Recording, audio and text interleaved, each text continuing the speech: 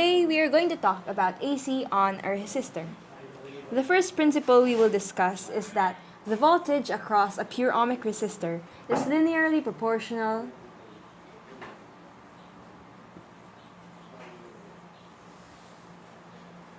to its current that flows through it. In this diagram, we will further explain the goings-on of a current with a resistor, an AC current to be exact. This is the power supply, the battery. This is the flow of the voltage, and this is the flow of the current. This is the switch. In here, IR, which is also current, is equal to voltage over resistance. And VRT, which means the voltage per resistance at that point in time, is equal to IT multiplied by R. In this case, load is equal to resistance. Therefore, current and voltage are in phase. A phrase that we will talk about later. The current that flows through ACR, which we will use as a term for alternating current on a resistor, varies sinusoidally with time and is represented by the formula L of t is equal to Lm cross product of sine Wt plus theta, wherein Lm is equal to max amplitude, theta is the phase angle, and if there is a cross product, you use sine theta.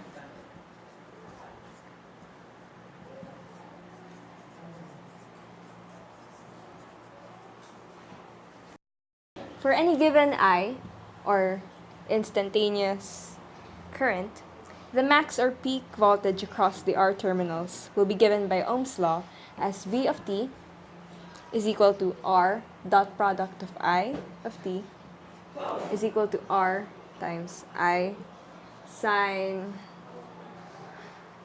omega t plus theta. Instantaneous value of the current I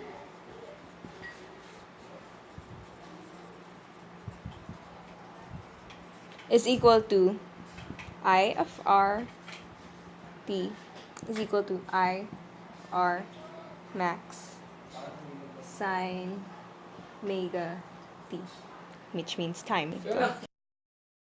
There is no phase difference between the current and voltage because they are in phase. Now, what exactly does in phase mean? Today, we are going to discuss in phase in the sinusoidal terms. Phase or in phase will be discussed in depth in topics to come. Here is the graph, which will show a sinusoidal relationship between voltage and current in the AC on a resistor. This is the period ranging from 0 to 2 pi. In the middle will be pi, and in the middle of those middles, pi over 2 and 3 pi over 2. The two, voltage and resistance, current pala, will be graphed with red marker for current and black marker for voltage.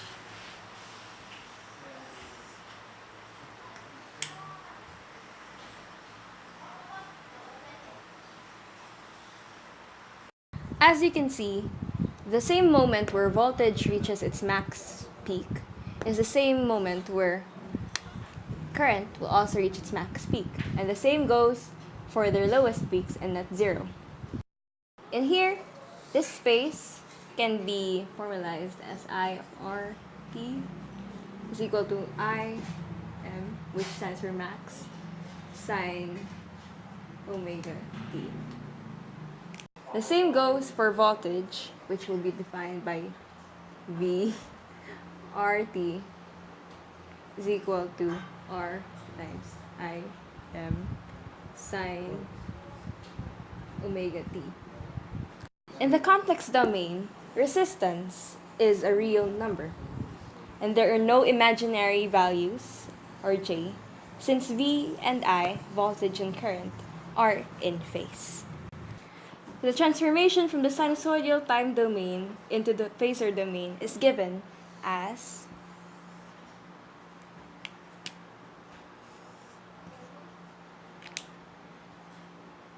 IR VR J, and this is where it turns, and time. So this is the time period, this is the values in which I and V may take, and this is the turning or angular speed. As you can see, there are no such differences, and they only move in the same axis. The RMS relationship is as follows. It will be discussed in depth later. This simply means that since the phase difference between the voltage and the phase difference between the current is the same, therefore, they are in phase. In a sinusoidal AC circuit, the relationship between voltage and current is called impedance. It goes by another name in the DC circuit as resistance. Aside from that, their differences as described in this Venn diagram is that DC is R, represented by R, AC, represented by Z. Their similarities, however, describe that they both use ohms as their unit, and they both have or describe the relationship between voltage and current. However, we are going to focus on AC impedance.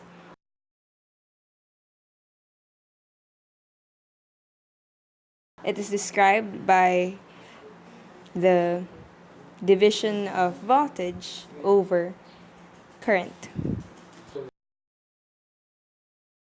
In the case of a purely resistive circuit, impedance is equal to R plus J0 is equal to R ohms. Because this 0 is equal to the phase difference. If multiplied to J, it is equal to 0. This is why it only results in resistance ohms.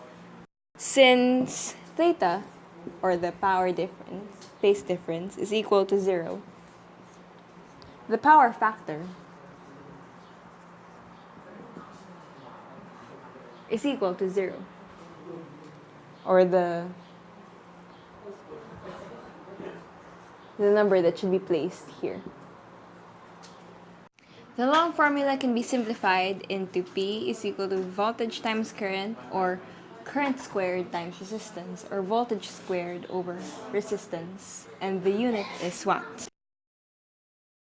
The first problem that we are going to encounter is an electrical heating element with an AC resistance of 60 ohms is connected across a 240 voltage AC single-phase supply.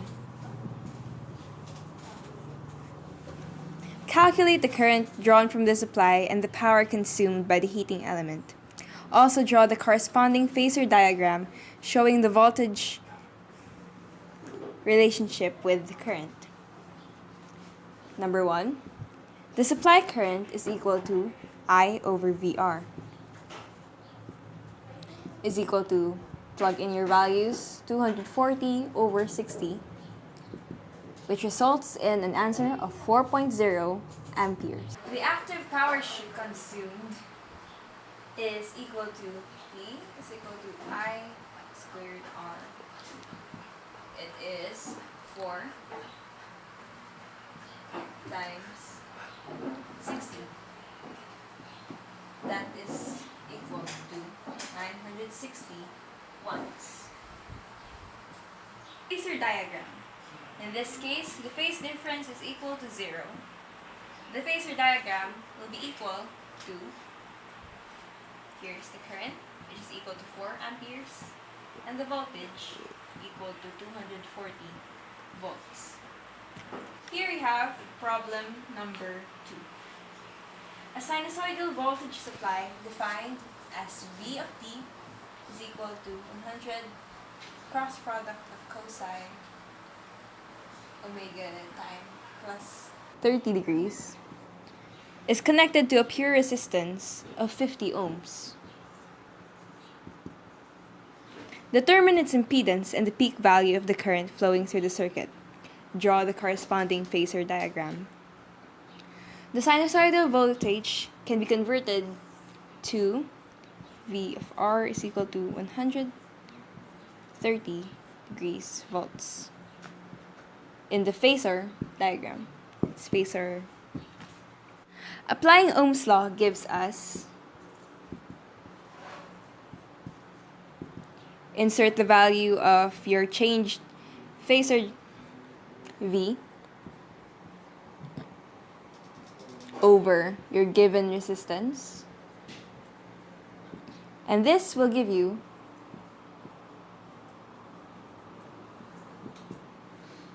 the corresponding phasor diagram will therefore be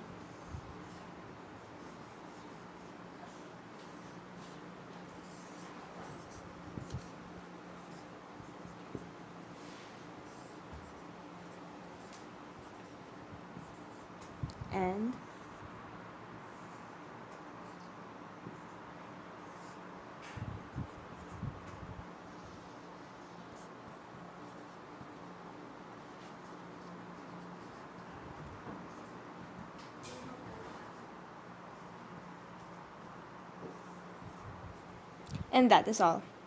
In this video, it will show how inductor works and used. This is inductor symbol.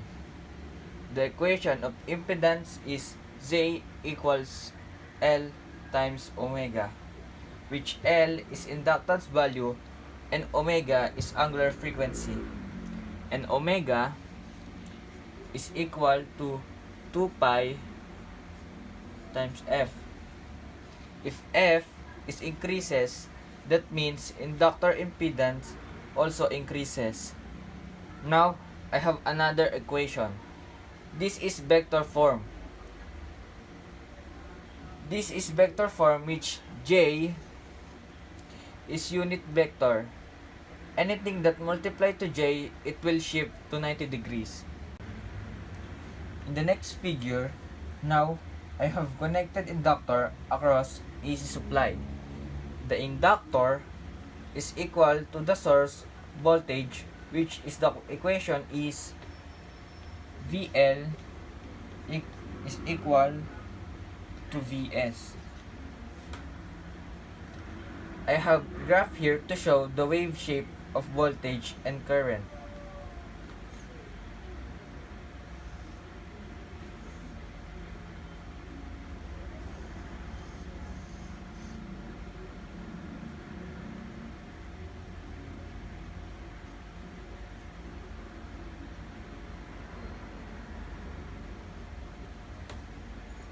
Now, when the AC is applied to the current is always lagging and voltage is leading with respect to 90 degrees.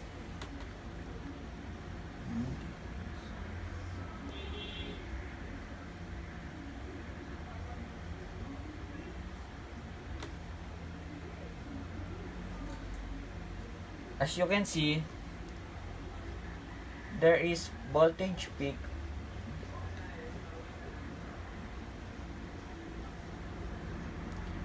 and current peak.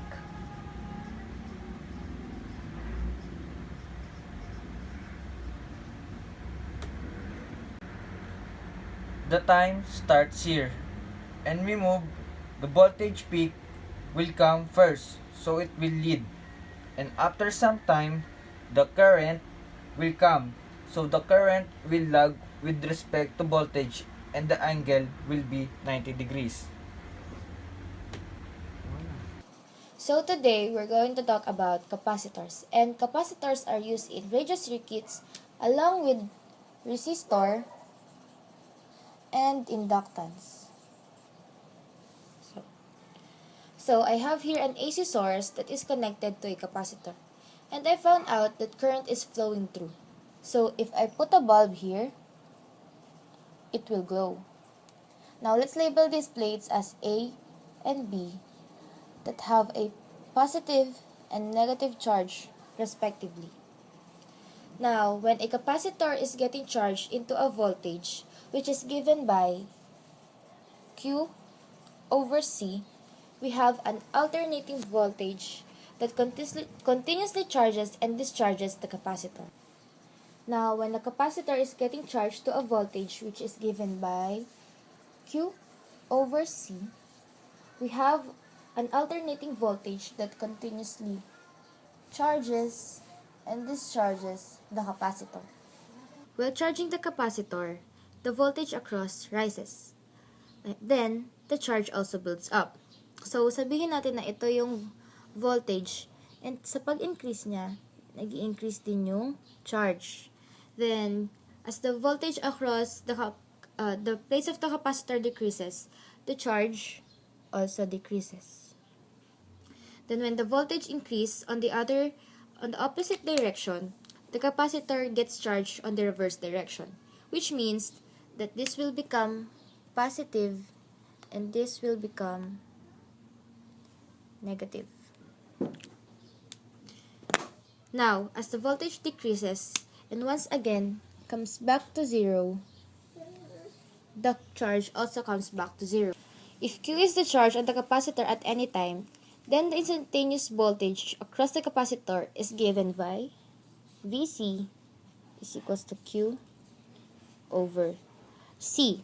Whereas voltage can be represented by sine function Vm sine omega t, na kung saan yung Vm ay ang maximum or minimum peak voltage level and the omega as the angular frequency. Now, this voltage is applied across the capacitor. So the charge Q is C times V,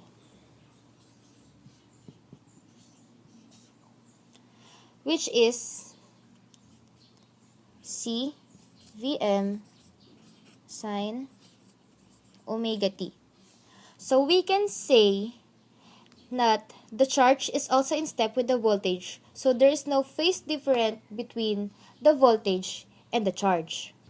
Next, we can write I as dq over dt, where Q is CVm sine omega t over dt. And by differentiating the charge, we can get I equals to Vm cosine omega t. So, differentiating the charge, we get CVm omega cos omega t. And this will become Vm over 1 over omega c times sine omega plus pi over 2. Writing the current, we get I is equals to Vm over Xc, and this is the capacitive reactance. So if we are going to graph the frequency of an alternating voltage which is applied and Xc, which is 1 by omega c, so this will vary inversely as the frequency for low frequency is extremely high and for high frequency the reactance decreases. So this also explains what we saw in the beginning when the frequency is 0 and then the capacitive reactance is infinite, since this is 1 by omega c. We are going to use the term reactance rather than resistance because, for instance, I is equals to V over R. But R is for the resistor. So we are going to use the reactance or the letter X. Now, the SI unit for the capacitive reactance is also ohms, as same as for the resistance. Next, we can write I as dq over dt, whereas q is CV sine omega t.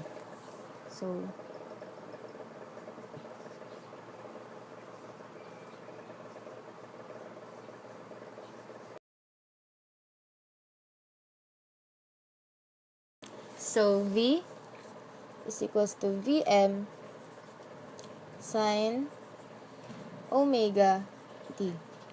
And for this instance, I is equals to Im sine omega t plus pi by 2. Now, we'll draw the voltage as a sine curve.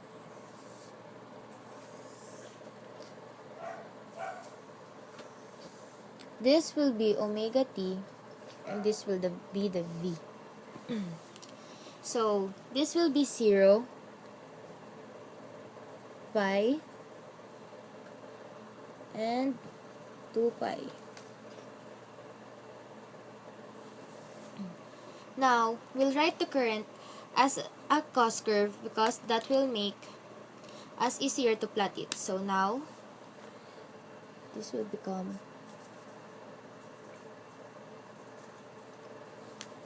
so we all know that cosine 0 is 1. So the current will have its maximum value, which is Im, at 1. Cos pi by 2 is again 0. Cos pi is negative 1. Cos 3 pi by 2 is once again 0. And cosine 2 pi is 1. So, if we'll join these points together,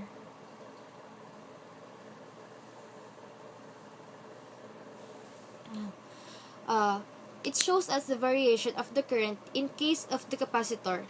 We can draw a continuous curve for this, and this is now the variation of the current, and the block is the variation of the voltage. And we can see that there is a phase difference of 90 degrees or pi by 2 with the current leading the voltage by 90 degrees, which that current passes its maximum value of the cycle ahead of the voltage. Kung mapapansin nyo sa tatlong axis, itong una, sabay na achieve ng dalawang sinusoidal graph yung peak amplitude. Dito sa pangalawa at pangatlo, hindi. So, kung i-compare natin yung dalawang sinusoidal graphs, dito madali lang kasi sabay. Dito hindi. Kasi mayroong agwat yung pag-reach nila ng peak amplitude. Diyan napasok yung phasor diagrams. Sa phasor, ang ibig sabihin niyan is rotating vector. Sa gantong kaso, ginagamit natin ang phasor diagram sa AC circuits na gumagamit nga ng sinusoidal graphs. So, ang phasor diagram ay binubuo ng vector, syempre, na itong mga arrow nagsisignify ng magnitude at yung kanilang direction ay nagre-represent ng point in time. So, kung ililabel natin itong mga graph, pwede nating pangalanan na voltage with respect to time at current with respect to time. Kung i-graph natin itong dalawa, ang mangyayari niyan,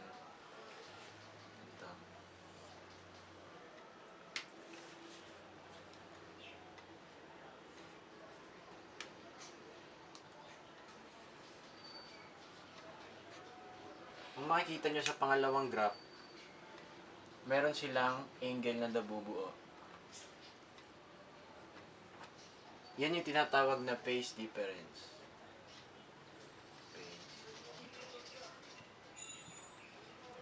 At yan yung dahilan kung bakit nabuo ang phasor diagrams.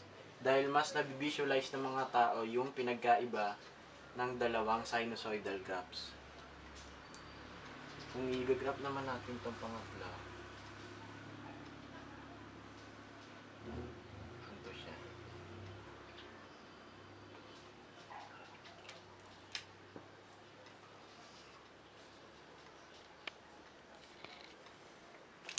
So kung mapapansin natin sa pangalawang axis, mas nauunang ma-achieve ng voltage ang kanyang peak amplitude kaysa sa current.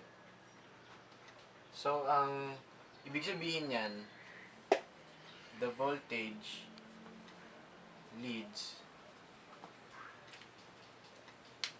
the current. Kung sa ibang salita, pwede nating sabihin na the current lags the voltage. Dito naman sa pangalawa, mas nauunang ma-reach ng current ang peak amplitude kaysa sa voltage. So dito, the current leads the voltage, or the voltage lags the current. Dito naman sa pangatlong axis, makikita natin na mas naunang na-reach ng current ang voltage. So, ibig sabihin yan, the current leads the voltage, or the voltage lags the current.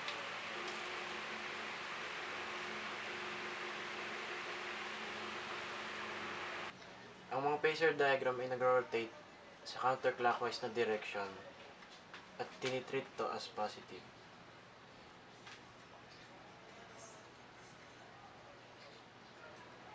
Kung opposite naman, sa clockwise direction, negative.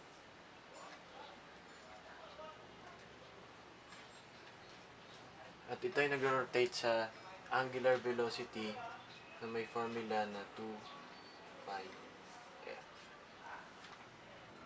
3, go.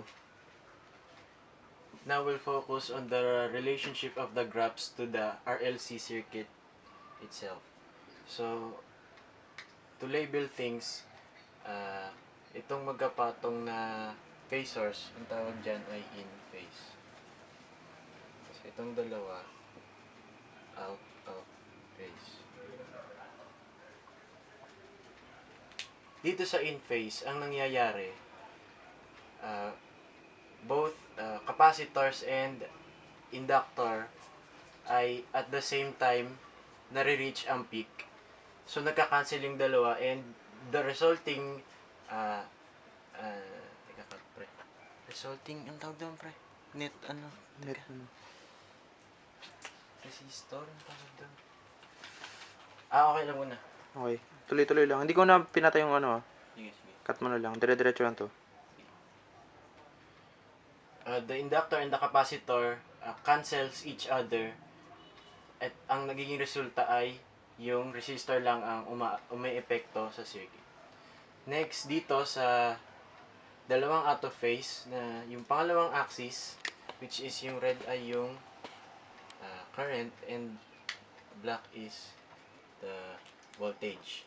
So, ang nangyayari, since ang inductor ay nag-o-oppose sa current, and ang capacitor ay nag-a-allow ng current,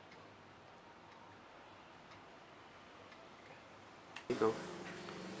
since na-o-oppose ng inductor yung current, yung voltage yung napupuno, and itong capacitor nag-a-allow na mag-flow yung current. So, kung mas na-allow ng capacitor na mag-flow yung current, mas nauunang ma-reach ng current ang kanyang peak magnitude. Dito naman sa pangatlong axis, mas uh,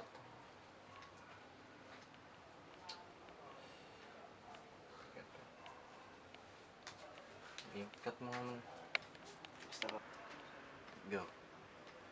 Sa third axis, since mas nauuna yung voltage kaysa sa current, mas gumagana yung inductor kaysa sa capacitor.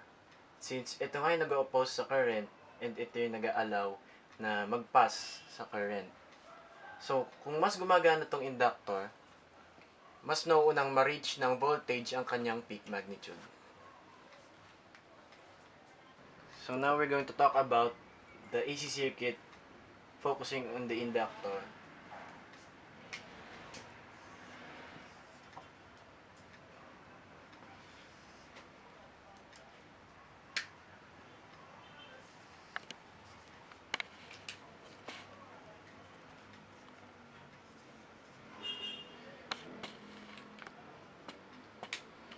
So this time, kung inductor lang yung laman ng AC circuit,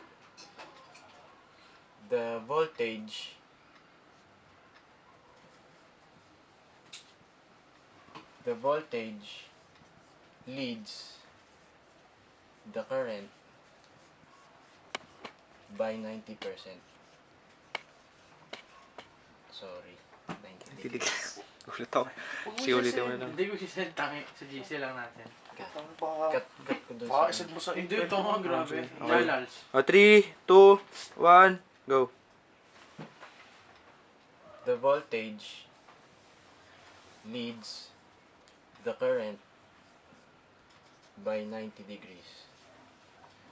So kung i-drawing natin yan sa sinusoidal graph,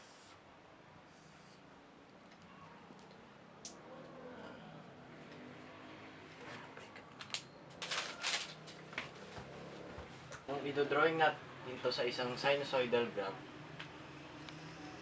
ito yung voltage at ito yung current. So, ang phase difference ng dalawa ay 90 degrees. Since, ang inductor lang ang gumagana. Pero kung kanina, kung papansin nyo sa drawing kanina, meron tayong capacitor. Ibig sabihin, nababawasan yung phase difference since may gumagana ang capacitor. Eh ngayon, inductor lang gumagana.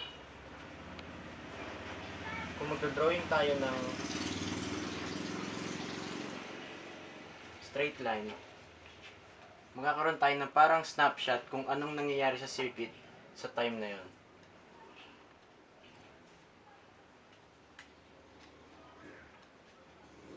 So kung mapapansin natin,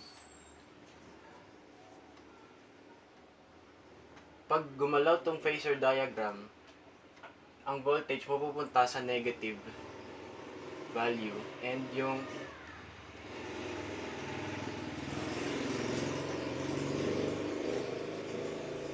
current is papunta rin sa negative. So from positive, nagpupunta sila sa negative.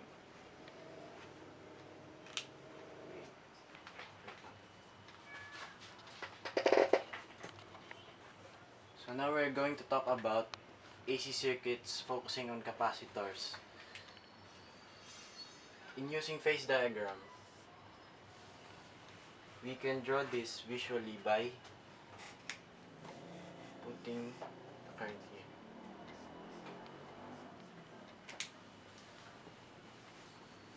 So like before, may 90 degree na phase difference. So, since capacitor lang yung gumagana sa circuit, na-allow niya yung flow ng current and mas nauunang ma-reach ng current yung peak magnitude kaysa sa voltage. So this time, the current leads the voltage by 90 degrees. So this is what it looks like when you draw this phasor diagram into a sinusoidal graph. If we draw a line here, we can see what is happening in the circuit and when it is happening in this point in time. That's the importance of phasor diagrams and sinusoidal graphs. We can see what is happening and when it is happening in the circuit. So to summarize, we use the mnemonic LE, D, I's, and I.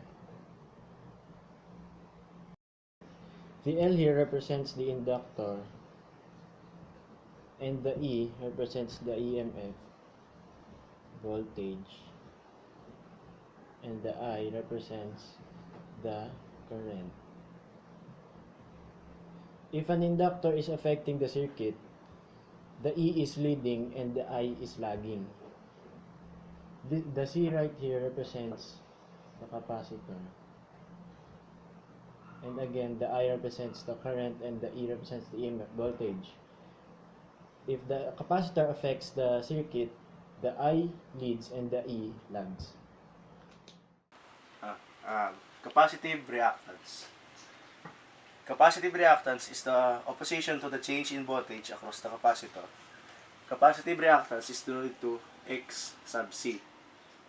The formula for X sub C is 1 over 2 pi FC. Or we can use X sub C equals 1 over omega C. Why? Because omega is equals to 2 pi F. The unit for X sub C is ohms. The unit for F is hertz. And the unit for C is farads. The relationship between X sub C and F is inversely proportional. When X sub C is increasing, the F is decreasing. Let's have an example. At what frequency does a 35 microfarad capacitor have 25 ohms of reactance? Now we are given of C equals 35 microfarads or 3.5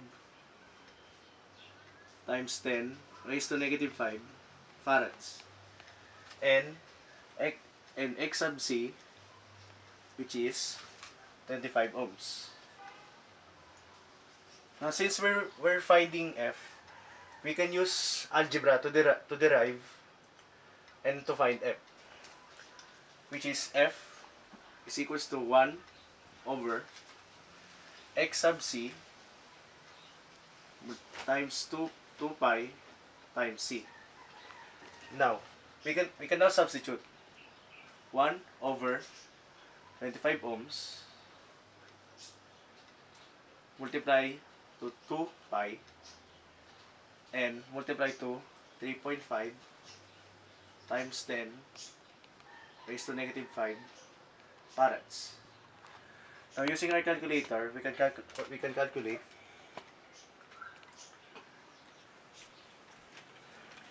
181.89 hertz. Inductive reactance is the opposition to change in current to an inductor. Inductive reactance is denoted as X sub L. X sub L is equals to 2 pi FL. Also, we can use the formula for X sub L as X sub L is equals to omega L. So, why we can use this formula? Because angular velocity or omega is equals to 2 pi F. X sub L and frequency is directly proportional to each other. So as the frequency goes up, also the inductive reactance goes up. Here's an example. An inductor of 4 Henries is connected to a circuit at a frequency of 60 Hz. Compute the inductive reactance of the circuit. So here's the given. F is equals to 60 Hz and L is equals to 4 Henries. So now let's compute for the answer. We will use this formula of inductive reactance. X sub L is equals to 2 pi. Let's substitute 60 Hz and 4 Henries. So now let's compute. So as after we compute, the answer is 480 pi ohms or 150796 ohms. Resonance frequency occurs when inductive frequency and the capacitive frequency are equal. Based from the graph, inductive reactance and frequency are directly proportional, while capacitive reactance and frequency are directly proportional. At this point, you can see that inductive reactance and capacitive reactance are equal. That's why it became resonance frequency. To derive the formula, we must use the formula of the inductive reactance, which is 2 pi Fl, and the formula of the capacitive reactance, which is 1 over 2 pi Fc. To isolate F, we must multiply both sides by F, so that it becomes 2 pi F squared L is equals to 1 over 2 pi C. To isolate F, we must divide both sides by 2 pi L, so that it becomes F squared is equals to 1 over 4 pi squared LC. Divide F, we must square root both sides, so that it becomes F is equals to 1 over 2 pi square root of LC. However, it is also equal to omega is equals to 1 over square root of LC, because omega is equals to 2 pi F. Here's an example. A series circuit contains an inductor with inductance of 700 mHz and capacitor with capacitance of 10 microfarad. Here's the given values. L is equals to 700 mHz. This can be converted into 700 times 10 to negative 3 capacitance of 10 Hz.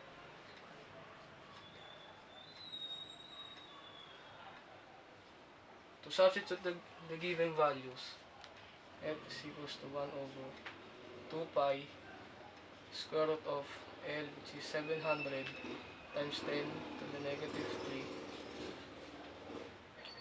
times 10 over square root of negative 6. This can be resolved to 60.15 Hz. So now we will talk about impedance. Impedance is defined as the sum of all the opposition to the current when voltage is applied. Impedance is denoted by letter Z, and the formula plus the reactance squared or X squared. So how did we get this formula?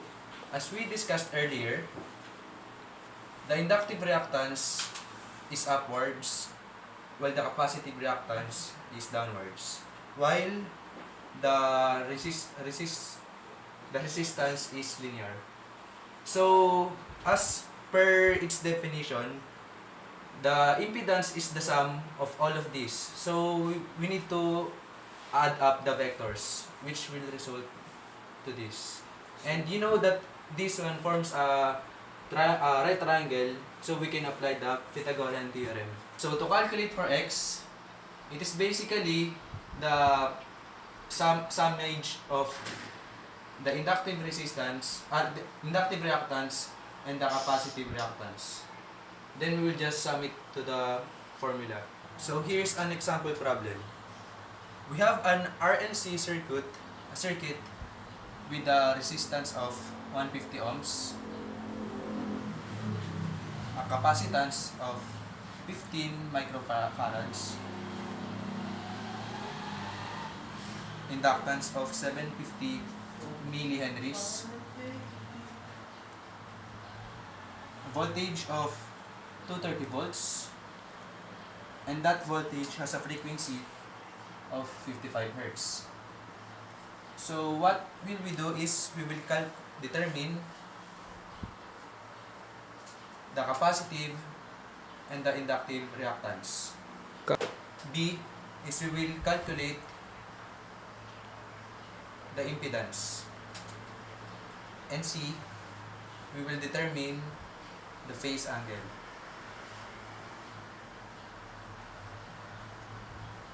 As stated earlier, the formula for the capacitive reactance is 1 over 2 pi FC. We have the given values already, so we will just substitute.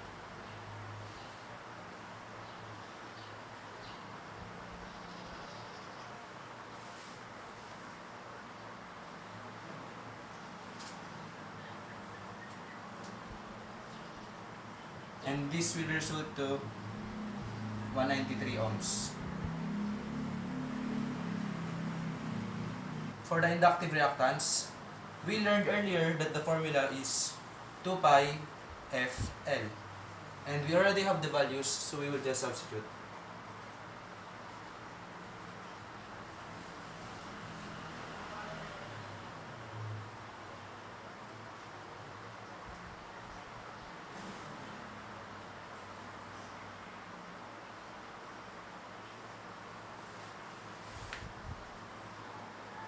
Calculating this will result to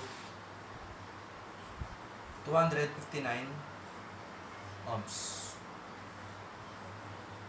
For letter B, we will calculate the impedance. The formula for impedance is Z is equals to the square root of R squared plus X squared.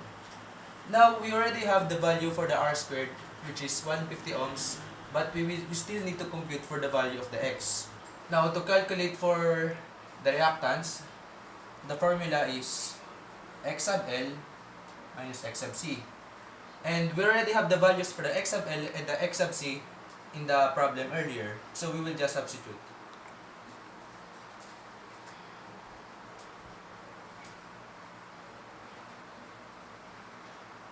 And that will result to 66 ohms. Now that we have the value for the reactance and the resistance, we will just substitute it to the formula.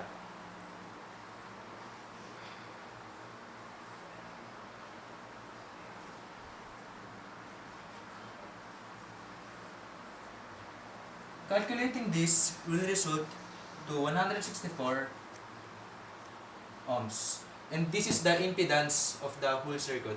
So basically, this is the total opposition, the total amount of opposition to the current when voltage is applied.